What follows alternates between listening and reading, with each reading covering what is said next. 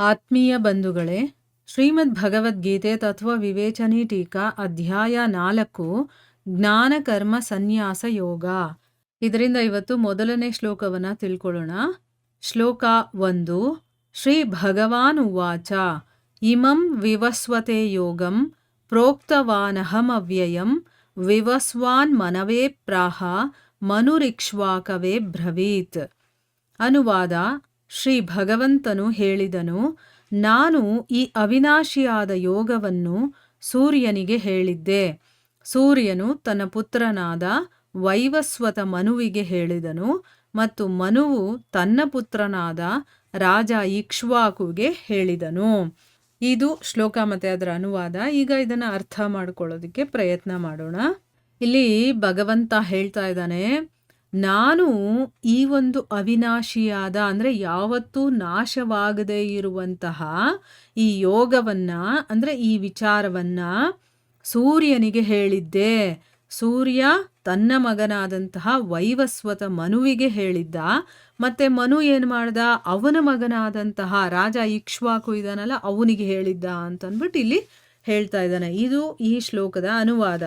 ಅಂದರೆ ಇಲ್ಲಿ ಈ ಒಂದು ಜ್ಞಾನ ಏನಿದೆಯೋ ಅದು ಒಬ್ಬರಿಂದ ಒಬ್ಬರಿಗೆ ಹೇಗೆ ಬಂತು ಅನ್ನೋದನ್ನ ಹೇಳ್ತಾ ಇದ್ದಾನೆ. ಅಂದರೆ ಮೊದಲು ಭಗವಂತನೇ ಹೇಳಿರುವಂಥದ್ದು. ಯಾರಿಗೆ? ಸೂರ್ಯದೇವನಿಗೆ.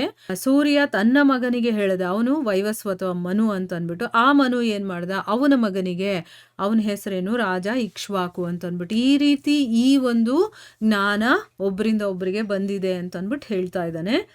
ಈಗ ಪ್ರಶ್ನೆಗಳ ಮೂಲಕ ಇದನ್ನು ಅರ್ಥ ಮಾಡ್ಕೊಳ್ಳೋಣ. ಪ್ರಶ್ನೆ ಏನು ಅಂತಂದರೆ, ಇಲ್ಲಿ ಇಮಂ ವಿಶೇಷಣದ ಜೊತೆ ಯೋಗಂ ಅನ್ನುವಂತಹ ಪದ ಯಾವ ಯೋಗದ ವಾಚಕವಾಗಿ ಹೇಳಿರುವಂಥದ್ದು? ಯಾವ ಯೋಗದ ಬಗ್ಗೆ ಇಲ್ಲಿ ಹೇಳ್ತಾ ಇದ್ದಾರೆ?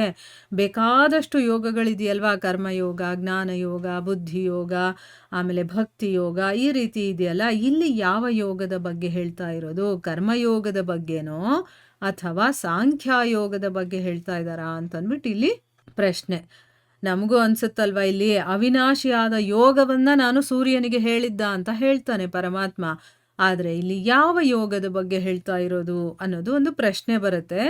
ಅದನ್ನು ಇಲ್ಲಿ ಕೇಳಿದ್ದಾರೆ. ಉತ್ತರ ಏನು ಅಂತಂದರೆ, 2ನೇ ಅಧ್ಯಾಯದ 39ನೇ ಶ್ಲೋಕದಲ್ಲಿ ಕರ್ಮಯೋಗದ ವರ್ಣನೆಯನ್ನು ಪ್ರಾರಂಭ ಮಾಡ್ತಿದ್ದೀನಿ ಅಂತ ಪ್ರತಿಜ್ಞೆ ಮಾಡಿ ಭಗವಂತ ಆ ಅಧ್ಯಾಯದ ಕೊನೆಯವರೆಗೂ ಕೂಡ ಕರ್ಮಯೋಗದ ಬಗ್ಗೆನೇ ಅವನು ಚೆನ್ನಾಗಿ ವಿವರವಾಗಿ ಅವನು ತಿಳಿಸಿದ್ದಾನೆ. ಈಗ 2ನೇ ಅಧ್ಯಾಯದಲ್ಲಿ ನಾವು 39ನೇ ಶ್ಲೋಕದಿಂದ ಕರ್ಮಯೋಗದ ವರ್ಣನೆಯನ್ನು ಮಾಡೋದನ್ನು ಕೇಳಿದ್ದೀವಿ ಅಲ್ವಾ? ಅದರಲ್ಲಿ 39ನೇ ಶ್ಲೋಕ ಯಾವುದು ಅಂತ ನಾವು ತಿಳ್ಕೊಂಡಾಗ ನಮಗೆ ನೆನಪಿಗೆ ಬರುತ್ತೆ.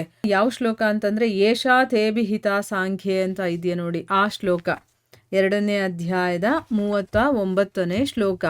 ಅದರಲ್ಲಿ ಏನು ಹೇಳ್ತಾ ಇದ್ದಾನೆ ಕೃಷ್ಣ? ಪಾರ್ಥ, ಈ ಬುದ್ಧಿ ಅನ್ನೋದಿದೆಯಲ್ಲ, ಇದು ನಿನಗೆ ಜ್ಞಾನಯೋಗದ ವಿಷಯದಲ್ಲಿ ನಾನು ಇಷ್ಟೊತ್ತು ಹೇಳಿದ್ದು, ಮತ್ತು ಈಗ ನಾನು ಅದನ್ನು ಕರ್ಮಯೋಗದ ವಿಷಯದಲ್ಲಿ ಹೇಳ್ತೀನಿ ಅಂತ ಅಲ್ಲಿ ಕರ್ಮಯೋಗದ ಬಗ್ಗೆ ಅವನು ಹೇಳೋದಕ್ಕೆ ಶುರು ಮಾಡ್ತಾನೆ.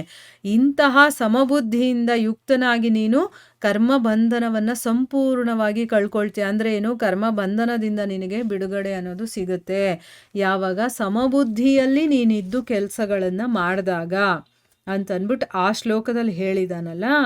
ಅದರ ವರ್ಣನೆಯನ್ನು ಮಾಡಿ ಭಗವಂತ ಅಧ್ಯಾಯದ ಕೊನೆವರೆಗೂ ಕೂಡ ಅವನು ಕರ್ಮಯೋಗದ ವಿಷಯವಾಗೇ ಮಾತಾಡಿದ್ದಾನೆ.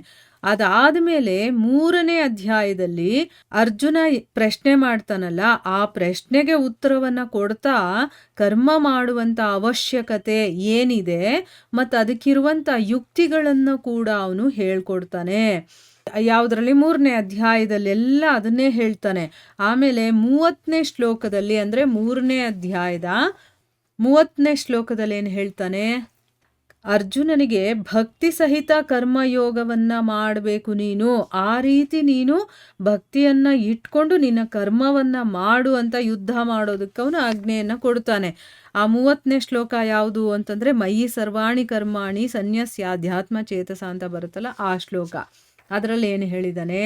ಅಂತರ್ಯಾಮಿಯಾಗಿರುವಂಥ, ಎಲ್ಲರ ಒಳಗಡೆ ಇರುವಂಥ ಅಂತ ಅಂತರ್ಯಾಮಿ ಅಂದರೆ ಅಂಥ ಪರಮಾತ್ಮನಾದ ನನ್ನಲ್ಲಿ ನಿನ್ನ ಚಿತ್ತವನ್ನ ಇಟ್ಕೊಂಡು, ಅಂದರೆ ನನಗೆ ನೀನು ಎಲ್ಲವನ್ನ ಸಮರ್ಪಣೆ ಮಾಡ್ತಾ ನನ್ನಲ್ಲೇ ನಿನ್ನ ಚಿತ್ತವನ್ನ ಇಟ್ಕೊಂಡು ಅದರ ಮೂಲಕ ನಿನ್ನ ಎಲ್ಲ ಕೆಲಸಗಳನ್ನೂ ಕೂಡ ನನಗ ಅರ್ಪಣೆ ಮಾಡಿ ಆಶಾರಹಿತನೂ ಮಮತಾರಹಿತನೂ ಸಂತಾಪರಹಿತನೂ ಆಗಿ ನೀನು ಯುದ್ಧ ಮಾಡು. ಈಗೇನು ಆಸೆ ಇಟ್ಕೊಂಡಿದ್ಯೋ, ಏನು ಮಮತೆ ಇಟ್ಕೊಂಡಿದ್ಯೋ, ಏನು ಸಂತಾಪಗಳನ್ನು ಇಟ್ಕೊಂಡಿದ್ಯೋ ಅದನ್ನೆಲ್ಲ ಬಿಟ್ಟು ನೀನು ಯುದ್ಧ ಮಾಡು ಅಂತ ಅಂದ್ಬಿಟ್ಟು ಅಲ್ಲಿ ಹೇಳ್ತಾ ಇದ್ದಾನೆ. ಅಂದರೆ ಅಲ್ಲಿ ಭಕ್ತಿ ಸಹಿತ, ಸಮರ್ಪಣೆ ಸಹಿತ ನೀನು ಕರ್ಮಯೋಗದ ಅನುಸಾರ ಯುದ್ಧವನ್ನು ಮಾಡು ಅಂತ ಅಂದ್ಬಿಟ್ಟು ಅಲ್ಲಿ ಆಜ್ಞೆಯನ್ನು ಕೊಡ್ತಾನೆ ಭಗವಂತ ಅಲ್ವಾ.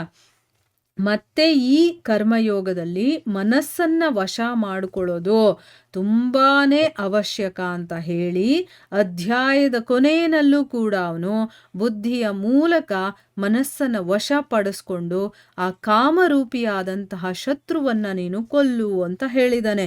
ಈಗ 3ನೇ ಅಧ್ಯಾಯದ ಕೊನೆಯಲ್ಲಿ ಯಾವ ಶ್ಲೋಕ ಬರುತ್ತೆ? ಏವಂ ಬುದ್ಧೇ ಪರಂ ಬುದ್ಧ್ವಾ ಸಂಸ್ತಭ್ಯಾತ್ಮಾನಮಾತ್ಮನ ಅಂತಿದೆಯಲ್ಲ, ಆ ಶ್ಲೋಕದಲ್ಲಿ ಏನು ಹೇಳ್ತಾನವನು? ಬುದ್ಧಿಗಿಂತ ಸೂಕ್ಷ್ಮವಾಗಿರುವಂಥದ್ದು ಮತ್ತು ಬಲಶಾಲಿಯು, ಆಮೇಲೆ ಅತ್ಯಂತ ಶ್ರೇಷ್ಠವಾಗಿರುವಂತಹ ಆತ್ಮವನ್ನು ನೀನು ಅರ್ಥ ಮಾಡಿಕೊಂಡು ಬುದ್ಧಿಯ ಮೂಲಕ ನೀನು ಮನಸ್ಸನ್ನು ವಶಪಡಿಸ್ಕೊಂಡು ನೀನು ಈ ಕಾಮರೂಪಿ ಅನ್ನುವಂತಹ ದುರ್ಜಯವಾದಂತಹ ಶತ್ರುವನ್ನು ಕೊಂದಾಕು. ಜಯಿಸೋದಕ್ಕೆ ಆಗಲ್ಲ ಅಂತಾರಲ್ಲ, ಅಂಥ ಶತ್ರುವನ್ನು ಕೊಲ್ಬೋದು ಯಾವಾಗ? ಆತ್ಮವನ್ನು ನಾವು ತಿಳ್ಕೊಂಡಾಗ ಅಂತನ್ಬಿಟ್ಟು ಅವನು ಹೇಳ್ತಾನೆ. ಅಂದರೆ ಅಲ್ಲಿ ಆ ವಿಚಾರವನ್ನು ಅವನು ಕಂಪ್ಲೀಟಾಗಿ ವಿವರಣೆ ಮಾಡಿ ಹೇಳಿದ್ದಾನೆ, ಯಾವ ರೀತಿ ನೀನು ಇದನ್ನು ಗೆಲ್ಬೋದು ಅಂತನ್ಬಿಟ್ಟು.